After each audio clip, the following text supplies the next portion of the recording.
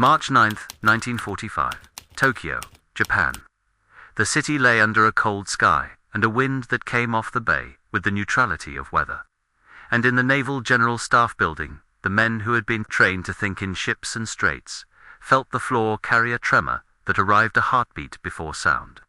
The signature of heavy aircraft crossing a coastline that peacetime maps had once made feel infinite. They knew the machine now by silhouette, and by the way reports piled up when it appeared. The four-engined bomber that had begun the winter high in the thin air over Kyushu and Nagoya, and had come down, week by week, to meet the physics of fire at a height where wood and paper and wind made more sense as targets than steel. The Americans called it a superfortress. The name had seemed almost theatrical, until the night when the brightness over the capital looked less like a raid than like daylight poured from 1,000 small suns. What the naval officers could say with confidence before they had the first full plot was that the Marianas had made this possible not as an act of daring, but as a matter of timetable, and that the enemy had chosen to fly under the jet stream that had once been the defenders' accidental ally. Beyond that, they were left to judge by rhythm, by the spacing of detonations and the intervals between flare drops, by the way the horizon shifted from orange to white as if a curtain had been pulled. The wrong way. They had learned enough of the enemy's pattern to know this was no longer about puncturing factories with high explosives from 30,000 feet.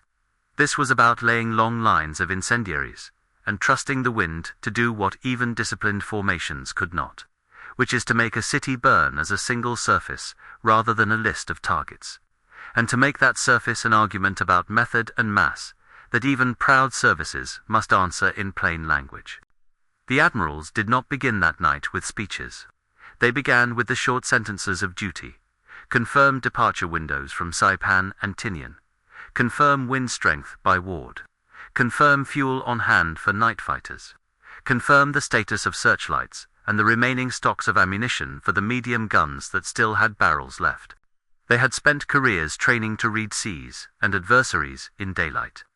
Now they were listening to the physics of a city that had been built efficient and tight, a virtue in industry that became a vice when magnesium and napalm arrived low and orderly. There was nothing abstract about the reports that reached them from observers and wardens, from anti-aircraft crews and exhausted controllers, hunched over equipment that could be called radar by courtesy more than by performance. The bombers were low enough that the geometry of interception, the old comfort of altitude gates and calculated climbs offered little consolation. The enemy had made the sky smaller, and in a smaller sky, mistakes cost less for the attacker and more for the defender. The first clear impression that reached the table, and it came from several voices at once, was that the Americans were using water as a map. Rivers and canals were lines you could follow, even with dead reckoning, in darkness. If you seeded them with fire, you turned their banks into chimneys. And if the wind cooperated, the fire would move like liquid through wards that had names the Navy had not needed to learn in earlier years. There had been arguments all winter about doctrine and about pride, and the night brought them to a head without ceremony. Some officers continued to argue for concentration.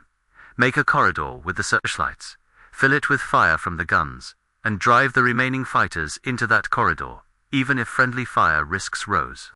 Others, the ones who had been keeping the accounting ledgers that command requires when resources shrink, spoke in the plain arithmetic of survival.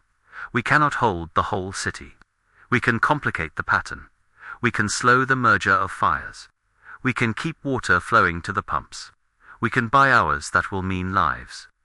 None of them thought the enemy's choice a mystery. In daylight, the B-29 had suffered the wind. At high altitude, its bombs had played poorly with the jet stream and with the equipment on the ground. Night, at low level with canisters, changed the contest from aim to coverage. It was not that accuracy had ceased to matter. It was that accuracy had been redefined as the ability to place ignition in lines and in clusters that the weather would magnify. An admiral who had spoken for years in the language of fleet action found himself asking after the availability of demolition charges for fire breaks. In the older wards, and after the status of hydrants near the larger mills, whose roofs would draw heat like a hill draws rain. The Navy, which had long prized initiative at sea, was translating that virtue into an inland vocabulary, and while the translation hurt their pride, it sharpened their purpose. They did not pretend the defense was ready for this form. Night fighters existed, but too few crews had enough hours in darkness, with instruments that worked as a system. The sets were fragile, the training rushed, and the fuel never enough to let practice become habit. There were competent guns with competent crews, but the ammunition was thin, and the barrels tired, and the discipline that makes a belt of fire stand up in the face of shock had been eroded by the simple fact that shock had become a routine. The air defense network over the capital had been built like a patchwork, and the seams showed at the worst possible moment. The Admirals did not confuse responsibility. Much of the gun defense was an army domain, and civil defense answered to civil authority. But the raid made such jurisdictional lines feel like a luxury that war had revoked. The Naval General Staff had both the duty and the habit of acting when a national center was threatened. Orders went out to cooperate without preface or complaint. Priority to pumps and reservoirs. Authority to cut structures where fire breaks would save a district. Coordination with army units on searchlight arcs and gun sectors. Reports to be written in ranges and floors and ceilings, because clarity under smoke begins with honest bounds. The phrase that would later appear in diaries and postwar interrogations that night had been turned into day was not the product of a single voice, but the common property of men who had watched the glow crawl and then flatten until shadows seemed to come from everywhere at once. They used it not for drama but for precision. Darkness had been a defense. It hid, it confused, it made the enemy pay in navigation for every mile flown. The Americans had stripped it away with technique and with mass, and the city that lay exposed did not have the material or the time to become a fortress. In the morning, the officers would have to answer questions about numbers, about square miles burned and lives lost, about engines and sorties and losses on each side. They were already rehearsing the kind of honesty that wartime reports seldom indulge. They would say that the area consumed was not a figure you could make exact on the first day, that the dead could only be counted in estimates at first, because many of the missing would never be found, that the factories destroyed were not only the large buildings that made convenient photographs, but the small workshops whose absence would flood entire supply chains with silence. They would say that the defenders had fought with what they had, and that what they had was not enough to hold back a method that the enemy had refined and would repeat. It was not that the Admirals had discovered humility overnight. It was that the war had been instructing them for months in the limits of bravura.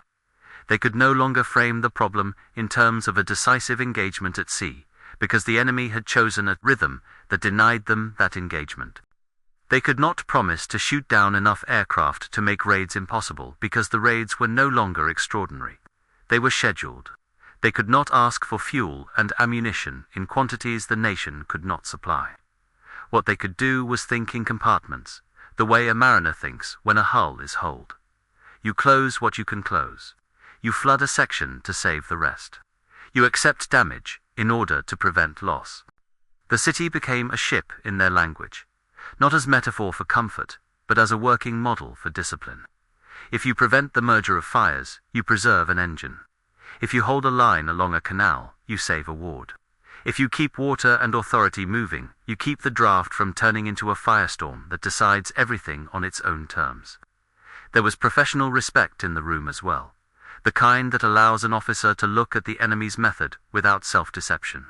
The American commander had changed doctrine repeatedly in a short span, adjusting altitude and load and route until the variables favored effect and crew survival together. That took nerve, but it took something rarer too, an appetite for learning quickly under pressure. The Admirals understood that appetite because they had shared it at sea in better years. They did not admire the result, the destruction of their capital, but they could see in the cadence of the raid the same quality that once let a fleet find an enemy at the limits of range and hold him there. Such clarity mattered not to flatter the adversary, but to avoid lying to themselves. If the enemy possessed a method that combined mass, discipline, and the patience to repeat what worked until it broke a society's capacity to function, then every defensive measure had to be judged by how it increased time and complicated pattern, not by how it sounded in a conference.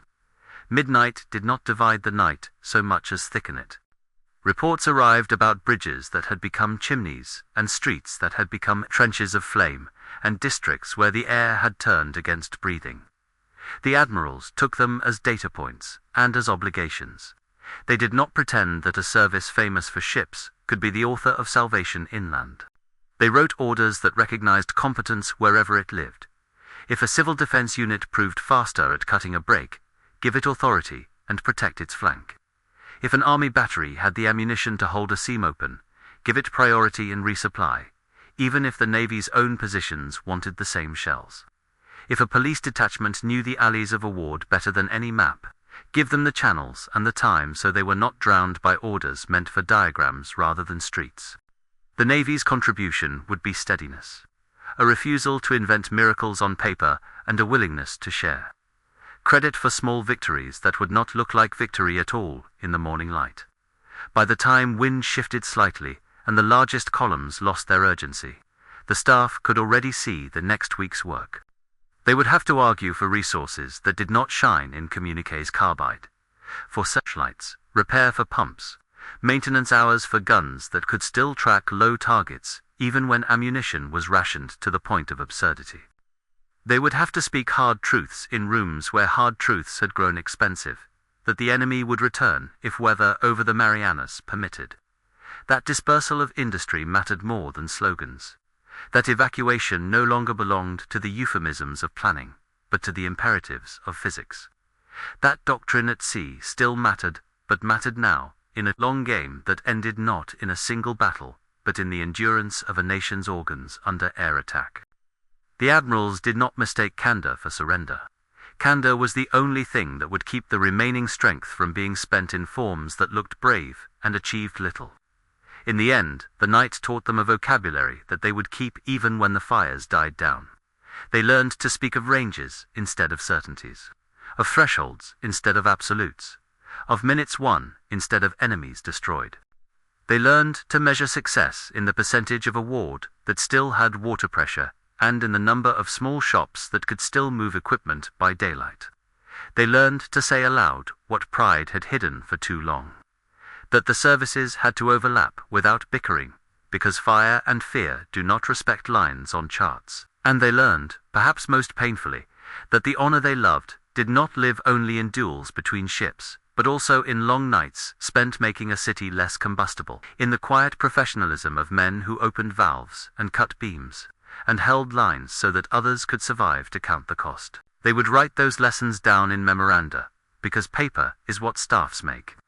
But they would carry them in their voices into the next alarms, because the enemy's method had turned alarms into a calendar. They stepped into the morning with smoke still rising from canals and tram wires. And the first duty was to translate the night's heat into language that could travel on paper without lying. In rooms where the floor plan had been copied from ministries that once cared only for timetables and tariffs, naval officers practiced the discipline of ranges, because precision at dawn is a kind of fiction. They wrote that at least dozens of square kilometers had been scorched into a single color. That the count of the dead would be measured not in hundreds, but in many tens of thousands. That the displaced were a population unto themselves, with no wards left to return to. The number of superfortresses that had crossed the coastline fit inside a workable band enough to cover the city in routes that used rivers as rulers and wards as grid. The number that failed to return to the Marianas was small compared to the weight of canisters dropped, a loss rate that made repetition not only possible but likely whenever the weather over Saipan, Tinian and Guam permitted night departures. The officers who sent these assessments up the chain had learned, in a single season, to write without promises they could not keep. They could not promise to deny the enemy the sky at night. They could not promise to move factories faster than fire could erase addresses. They could not promise that the next raid would be smaller or less effective. They could promise discipline, candor, and a new kind of courage that spent itself in margins rather than in the currency of old heroics. The admirals now spoke, because the night had forced them to in the plain calculus of capacity rather than in the rhetoric of decisive battle. The first conversations concerned water, because water is strategy when cities burn. Hydrants had failed where mains cracked or pressure died. Pumps had jammed where ash became paste. Handlines had sagged where heat turned rubber into weakness. Orders were drafted to repair pump stations before anything else, to prioritize lines that fed districts where the wind had spared enough walls to make rebuilding possible, and to keep crews supplied with the basic kit that war often forgets until too late: masks, axes, carts, rope, lamp oil for signals, food. The second conversation concerned demolition, the same art that at sea might save a hull by flooding a compartment. Fire breaks had worked in places where men cut quickly, without worrying about ownership. They had failed where hesitation allowed to burns to meet. Authority was extended in writing to civil defense leaders to drop buildings along pre-designated lines if flame approached. Naval officers were assigned as liaison in wards where the Navy still had footprint dockyards. River police detachments, training depots so that orders would not die in transit. There was grief in this bureaucracy, but there was also efficiency born of necessity. A service that once expressed itself in diagrams of fleet action had found a way to draw lines on city maps that meant something. In the hour when meaning had to become action, they also spoke of guns and aircraft because pride and duty both demanded the subject, and because even a hard night does not license fatalism. The night fighters that had gone up had scored little. The instruments were fragile, radios inconsistent, ground control blind too often, fuel so scarce that training hours could not bring crews to the fluency that night demands. The answer the admirals wrote down refused both despair and delusion. They would concentrate what remained of competent crews in sectors where routes made contact plausible. They would accept the risk of stacking searchlights and guns and fighters in boxes where friendly fire incidents might rise. And they would reassign men who lacked instrument proficiency to daylight work, and to the tasks that now saved more lives than interception: pumps, lines, demolition, logistics. They knew the army owned much of the gun belt around the capital, and that jurisdictions in peacetime had the logic of empires. They wrote their cooperation orders anyway, without qualifiers, because raids did not care who had signed which charter in which year. Where naval guns could lend arcs inland without exposing docks to ruin, they would. Where Navy-run searchlights could be repaired faster because one depot still had spare carbons and a man who knew the machine by touch, they would be returned to service and slaved to the grid that army controllers directed. Pride came second. Function came first. There were numbers the admirals could say aloud without apology. They knew the altitudes the enemy had chosen low enough to ride under the jet stream's worst habits, high enough to avoid the slashing chaos of rooftop turbulence and masts. They knew the bomb load composition because fire tells you its chemistry by how it spreads and how it climbs. They knew that crews had taken off, lighter, guns stripped or reduced, armor shaved. Fuel planned so tightly that return to base depended on method more than on heroism. The enemy had decided that safety lay not in altitude and armor, but in speed of execution, and in the knowledge that defenders with thin resources cannot be everywhere at once. When you see a method, you must name it. The admirals named it a schedule. They framed their next week's work around the logic that a schedule imposes. If the weather in the Marianas was clear, there would be launches. If the winds over Honshu were modest and the humidity deceptive, there would be ignitions. If the defenders kept treating each raid as a singular event, there would be disappointment. If they treated the sequence as a campaign, every hour saved in rearming a pump, every bridge cut in time to break a draft, every ward drilled in evacuation routes, away from chimneys and towed canals would become banked time. They turned to industry because navies live or die on it, and in a capital like Tokyo, industry was not only the visible shipyard but the dense thicket of small shops where old skills met modern tolerances. They understood that the enemy's target list included these small organs precisely because the organs fed the larger body. A mill that made wire harnesses for engines, a family shop that trued bearings, a shed where rubber was cut for gaskets. These were not secondary targets. They were arteries and capillaries. The admirals had long argued for dispersal in theory. Now they were obligated to argue for it in anger and in detail. Move such work to places where water divides neighborhoods, to towns where road and rail make evacuation easier, to prefectures that had not yet learned the smell of magnesium as intimately as the capital. The move would cost time, and time was the only currency the enemy's method demanded in order to succeed. But time could be bought in minutes, and minutes multiplied into days when repeated on a broad enough front. The language of naval logistics tonnage and hours, capacity and cycle now lay across a civilian map, and in the overlay the officers found both shame in the lateness of the effort and relief in the clarity of tasks. In their private notes, and later in the things they would say when asked by interrogators after the war, the admirals admitted that the raid had re-educated them about what counted as strength. They had once believed that an aircraft's strength resided chiefly in its height, above the fight, and in the thickness of the armor that kept crews alive long enough to matter. They had believed that a fleet's strength could bend an enemy's will at sea through presence and precision. On this night they saw that a different kind of strength could break a capital. Mass married to method until the distinction between individual aim and collective effect disappeared. The B-29 was not invulnerable. Guns had found them on earlier nights, and would find some again. Crews were human, and weather could turn on a wing. But invulnerability was never the point. Predictability was if the enemy could repeat an effect reliably enough. The defender's problem became endurance rather than parry. Endurance was measured in the number of pumps still working, the percentage of wards with a functioning clinic, the miles of track that still held a train, the hours of power a substation could deliver when air was thick with ash. Those metrics did not sound like battle to men trained in naval speech. But men can learn new music when the old instruments are taken from them. They also addressed the moral dimension in words that would never appear in communiques, but lived in the tone of their orders. The geometry of the capital, the tight wood-frame housing, the narrow lanes, the lattice work of small industry inside residential blocks had been a peacetime efficiency that war turned to weapon against its people.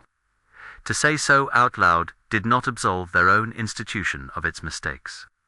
It simply clarified the field. If a city burns because design made it combustible, then the defender's honor consists in undoing combustibility where possible and refusing to pretend that courage alone can alter physics.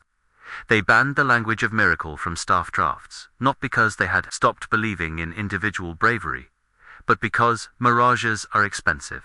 They wrote orders about routes of evacuation that used rails by day and rivers by night. They specified how many ladders equal a saved block when the wind holds steady. They demanded triage plans for power and water that did not privilege prestige sites over the functions, that keep people breathing and factories able to move the simplest tools to safer ground. They did this not to impress, but to keep their own memories clear. If the enemy's method was repetition, the defender's virtue would be consistency. Across the bay, where ships rode at anchor and hulls through long reflections, the Navy's old self still lived. Men there asked what carrier decks would have looked like if the fuel had arrived, and the pilots had been trained, and the enemy's submarine war had been blunted. Such questions are not foolish, even when they are late. The admirals allowed those conversations because grief needs space. But in their orders, they insisted on the present tense. Coastal batteries were assigned sectors that made sense in an air defense drawn for low approaches. Harbor lights were reconfigured to deny the enemy easy shoreline cues. Tugs and small craft were tasked with river work that would carry evacuees and equipment away from wind lines. When ash made the roads lethal, the Navy would use every water skill it had learned to move men along canals, not as trade but as survival. If the service could no longer meet the enemy at sea in a manner that decided the war, it could still move thousands from places where the night's falsified daylight had done its worst. The debate over fighters did not disappear with dawn. Officers who had argued for concentration still believed that with practice and parts they could build a night where crews in boxes would hurt the attackers badly enough to slow the schedule. Officers who had watched inventories fall and training hours shrank argued to keep hopes proportionate to the nation's stock of reality. The compromise, if it can be called that, was to pick nights, not with romantic adjectives, but with filters. In weather that favored the defender's instruments and crews-less haze, winds that made route predictions stronger, humidity that tampered with incendiary spread fighters would go up in numbers sufficient to test doctrine. in weather that favored ignition and enemy navigation. Resources would pivot to ground measures, where the return on effort rose sharply: pumps, brakes, flow, evacuation. This was not surrender. It was concentration of effort on nights when effort could buy the greatest time. Admirals learned such triage as midshipmen, in different words. They reclaimed it now, in a theatre that had stolen their usual grammar. When the first detailed district reports began to arrive, handwritten and smudged, the tone of the naval memoranda shifted from abstract to granular. A canal in one ward had drawn embers to its surface like iron filings. A bridge of a certain construction had acted like a bellows. A wall material used in pre-war row houses had resisted flame a few minutes longer than expected, and created a small island of habitability. A particular mill, because of how its roof was vented, had flashed over and turned the street into a trench of radiant heat. None of this would make it into any grand narrative of the war. It made it into the Navy's orders by afternoon. Materials were noted. Bridge types were mapped. Contractors who still had crews were directed to cut and brace in specified places. River police were given the keys to warehouses of tools that had belonged to companies that no longer existed after the night. Admirals signed their names to these acts because authority confers speed, and speed is mercy when a schedule is the enemy's weapon. In the policy rooms, where services met and old rivalries survived on lean rations, the Navy's representatives argued with a new temper. They did not claim primacy, they claimed urgency. The Army needed shells for guns, and so did the ships. The country did not have enough for both. The Navy asked that on nights when weather spelled fire, they be allowed to turn their share of ammunition into a different currency: demolition charges for brakes, tools, searchlight, carbons, wire, hose, modern nozzles.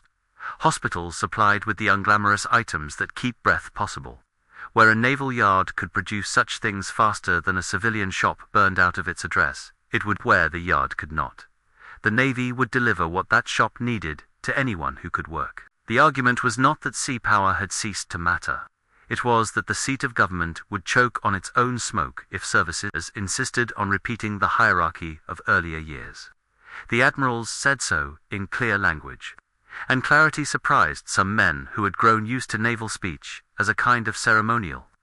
They also prepared themselves to answer the questions that would come from a public which had run carrying whatever it could carry, and would return to find street names missing. The answer would not be heroics. It would be facts. How many pumps stood ready and where? Which rail lines would run and when? How ration queues would be moved to prevent human knots at intersections that had turned into chimneys 12 hours earlier? Which wards would be levelled not by the enemy but by their own hand to keep the next night from copying the last two perfectly? People deserve the truth when the sky has been stolen from them. The Navy had sometimes spoken to the nation in banners of steel and wake. Now it would speak in schedules of water and ash. The same attention to sequence that had once launched squadrons at dawn would launch convoys of carts and boats at dusk, because dusk had become a promise and a threat at once. When messengers from factories still standing brought lists of tools salvaged and machines stilled, the admirals asked not only what could be saved, but what could be taught. The smallest shops were schools of method. In them, elders taught hands to true a bearing by feel, to polish a seat until fuel met pressure as designed, to read the behavior of a saw against grain and deduce the health of a blade. Those elders had to be moved along with their machines, and their students had to be gathered from wards that no longer existed. The Navy could not redo the nation's education in an afternoon, but it could insist that dispersal of industry also meant dispersal of mastery. Barges carried more than metal that week. They carried names and notebooks, ledgers of tolerances, samples of jigs, a culture of making that war had revealed as fragile by fire.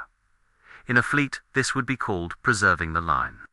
In a city, it was called saving the small that feeds the large. What, finally, did the admirals say about the enemy in the language they allowed themselves, when the doors were closed and the smoke had thinned into a haze that felt like afterthought? They said the Americans had chosen to learn in public faster than a proud nation had thought possible. They said the decision to come down from the jet stream and to strip weight and to accept the risk of night and low altitude in return for methodical ignition was not a trick, but a doctrine that would not exhaust itself. They said that if the weather allowed it, the enemy would repeat the lesson because repetition was the point. They said that defense, if it was to deserve the name, had to stop imagining a single night that would reverse an argument already written in neighborhoods, and begin to imagine a month in which each raid bought less for the attacker because each minute on the ground bought more for the defender. They said, without theatrics, that honor lived in endurance more than in a duel now, and that they had a duty to teach that to men who had grown up on stories of other kinds of courage. And they said, because sailors cannot help but speak in the language of water, that the city would live if it learned to flow around flame, to find channels when old ones were blocked, to accept that sometimes you move through a place not to hold it, but to keep the rest from drowning. Night returned quickly in March, and the maps on the walls kept their pins, because repetition was not a fear, but a near-certainty. The Navy's staff made itself a tool the city could use on that schedule, carving into its own routines the steps that would start at alarm and not end until canisters became ash. Men who had once learned celestial navigation now memorized the ways breeze turned alleys into pipes. Men who had once plotted the geometry of torpedo shots now drew the places where roofs breathed and how to kill that breath before it fed a column. They did not stop being sailors because no one stops being what he is during war. They became sailors who could serve a burning capital because war does not ask what you prefer. If there was any consolation in all of this, it was the plain one that belongs to professionals, knowing that you had traded illusion for work, and that the work, while not the kind that wins parades, was the kind that kept more names from vanishing into lists that never end. By the end of that week, the memoranda written in the Naval General Staff had a different sound, less like petitions from a service defending its own turf, and more like the pulse of a capital deciding how to stay alive. The officers who signed them did not claim foresight they had not possessed before March 9th. They claimed only the right to learn. And they turned that learning into orders that moved faster because they no longer waited for an ideal night to prove a doctrine at odds with the enemy's schedule. Wards that had been spared became workshops for technique. Wards that had been erased became proofs that a line of ignition, laid with the wind and fed by close construction, could behave like a tide that carries people as surely as it carries embers. The admirals read after-action notes from civil defense chiefs who had cut breaks through rows of houses as if they were bulkheads in a flooding ship, and found in those notes the kind of professionalism that spends itself without promise of recognition. They highlighted such passages in pencil and sent copies to other districts, because repetition was now their tool too, and repetition, even when it is the enemy's weapon, can be turned into a language of resistance. They did not hide from numbers, even when numbers refused to be singular. Bodies recovered and missing together would, in official statements, be described by estimates that reached well into the tens of thousands for a single night, with some counts rising higher still. Square miles burned would settle into the sort of figure you can map, but never quite believe.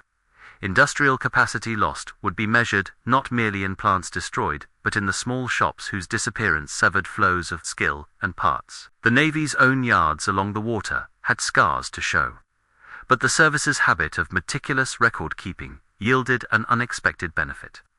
They could put dates and times to pumps repaired, 2 searchlights put back in service, 2 boxes of hose delivered, 2 bridges cut in minutes that mattered, and those dates and times became a counter-argument to despair. Where a month earlier, a staff paper might have measured contribution in sorties and gunfire, by late March it measured contribution in restored pressure and in the number of blocks where flame met a wall of wet brick instead of dry timber. These were not the metrics by which a navy dreams of being judged. They were the metrics by which a city can go on breathing when the sky, on certain nights, declares itself an enemy. When the raids returned, as the admirals had predicted they would whenever weather, over the Marianas, cooperated, their reports read differently. The phrase turned night into day did not lose its sting, but it lost its power to surprise. Searchlight grids, when weather allowed, were slaved to ground measures rather than prestige shots at silhouettes. Guns were managed as instruments to protect brakes and pump lines. Fighters were launched on nights chosen with ruthless patience and recalled before fuel starvation turned bravery into waste. In several districts, lines pre-cut by demolition teams widened just in time to deny two fires their marriage. Canals, used as moats, were kept navigable by small craft that pushed debris aside so water could serve as barrier and road at once. Liaison officers who, weeks earlier, had still spoken in the reflex grammar of inter-service rivalry now used names instead of titles and tasks instead of grand designs. A staff that had entered March, speaking as if it were waiting for permission to reconcile doctrine with reality, was by early April, speaking as if reality had long since been doctrine's teacher.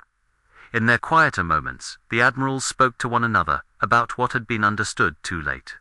They had believed, with reason, that an enemy's strategic reach could be bent by sea battles won on the right day. They had not believed that an enemy's strategic reach, once established by baselines across an ocean, could deliver destruction by schedule without asking the fleet for permission to show its virtues. The B-29, in that sense, forced a rewriting of professional pride. Men trained to think in intercept geometry, learned to think in heat transfer and airflow through streets. In the peculiar physics of wood-frame districts under wind, in the way ladders and pumps. Cut lines and cleared corners can accomplish for a city what compartmentation accomplishes for a damaged ship. The lesson did not erase the romance of sea power. It narrowed its jurisdiction in the face of massed air method until romance could be told truthfully, as a contingent art-bound to fuel, industry, pilots, and time. Those same men also recorded words that would be read later with the curiosity of historians seeking motive and mood. They wrote of shame, but not the theater of it. Their shame had the texture of specific choices deferred when fuel still flowed and training hours could have been banked. It had the taste of rivalries that made sense in peacetime ministries and made none when neighborhoods turned into chimneys. It had the sound of guns firing in the right direction at the wrong problem, punching black sky because black sky had once been the measure of valor. If the notes are clear on anything, it is that shame, in the hands of professionals, became a spur rather than a sedative. They did not write elegies for an imagined battle at sea, postponed forever by fate. They wrote checklists for a night that would arrive with or without their permission, and for a city that would count hours as victories. The adversary had made the terms of the contest. The admirals made the counterterms. Water delivered on time.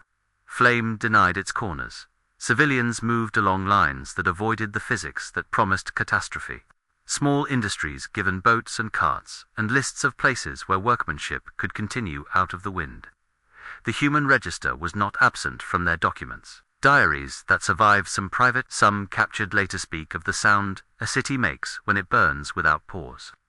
Of the way ash falls in a steady tilt, like a snowfall from which warmth does not arise. Of the smell of magnesium and soaked timber, and the stubborn sweetness of food gone to steam in shuttered kitchens. Officers accustomed to steel and salt wrote in those nights about the sight of mothers at canal edges, of men who had been machinists carrying ledgers rather than tools, because ledgers recorded tolerances and tolerances were a kind of memory you could rebuild from, of children wrapped in blankets that smelled of smoke and soap because families had packed both. Such details did not make it into official summaries, but they traveled, nevertheless, and because they traveled, they changed the tone of orders that followed.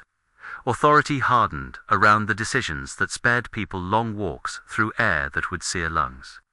Compassion, far from softening resolve, sharpened it into tasks that could be completed between alarms.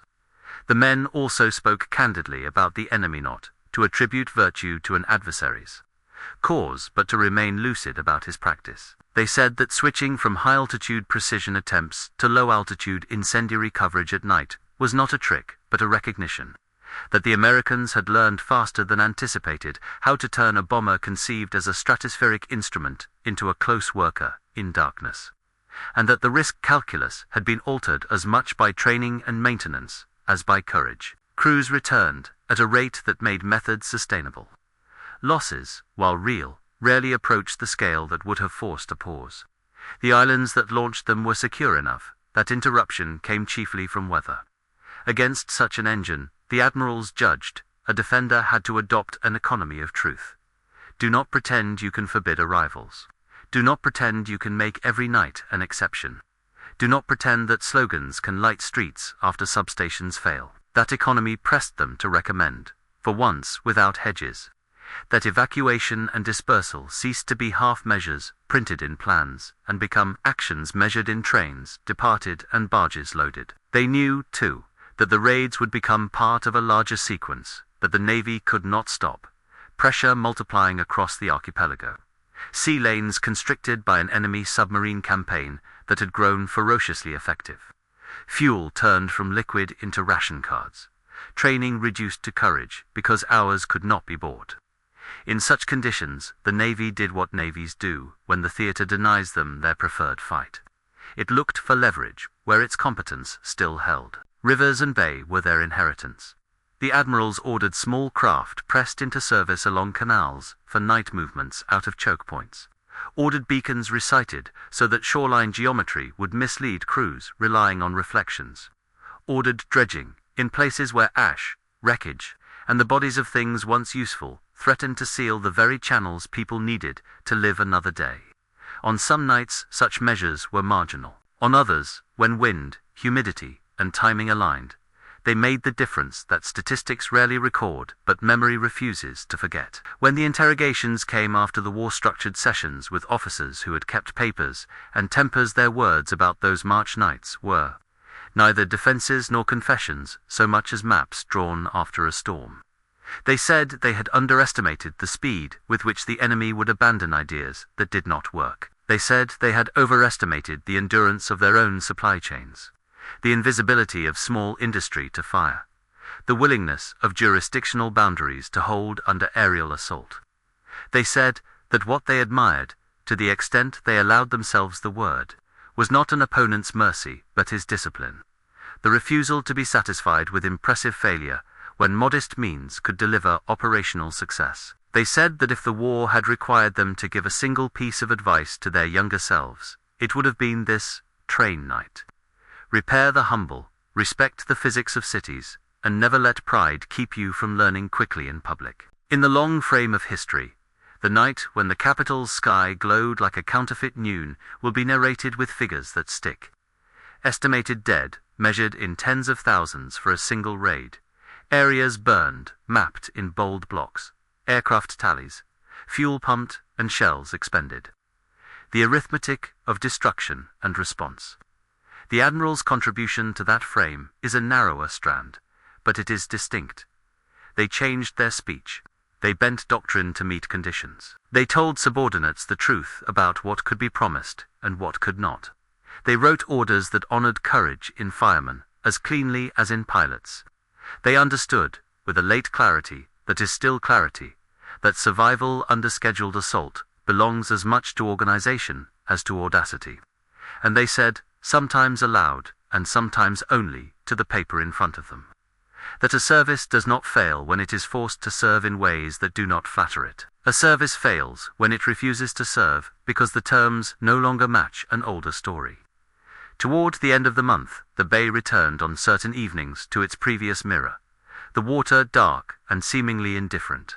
But the city that looked back at it had edges missing and a knowledge it had not wanted. Men in uniforms resumed the habits of briefings and rosters and watches. But in their voices was the rasp of smoke and the cadence of a new routine. If anyone had asked them then what they would remember most from the night the Americans turned darkness into light, they might have pointed to neither the glow nor the heat, but to a quieter image, a map with more pencil than ink, a record of breaks cut and lines held, a ledger of minutes won. Because, in the end, that is what professionals face when method meets mass. They fight for minutes, and if they string enough of them together, they make hours, and if they make enough hours, a city still exists in the morning to count the cost and to continue. As we approach the end of our remembrance today, we're grateful you listened to this full story with us, and we're glad our archive has nourished your heart and soul. War stories have probably also marked your family's life in some way, haven't they? Maybe you wore the uniform yourself, or perhaps someone you loved did. Your father, a grandfather, or even an uncle. If so, we'd like to invite you to add another chapter to this record. Share with our community a war story that resonates in your family in the comments below. It could be a family tale, a saved letter, a lesson learned on a flight line, or in a muddy field. Anything you want. Tell us from where and what time are you listening to this message. This contribution helps to grow and keep our community together. We can't let these incredible stories be lost in time. The World War II Archives channel was created to honor and preserve these memories. Finally, if this resonates with you, we invite you to subscribe and perhaps share it with a friend who also recognizes the importance of these tales. Stay tuned so you don't miss the next one of our lost archives yet to come.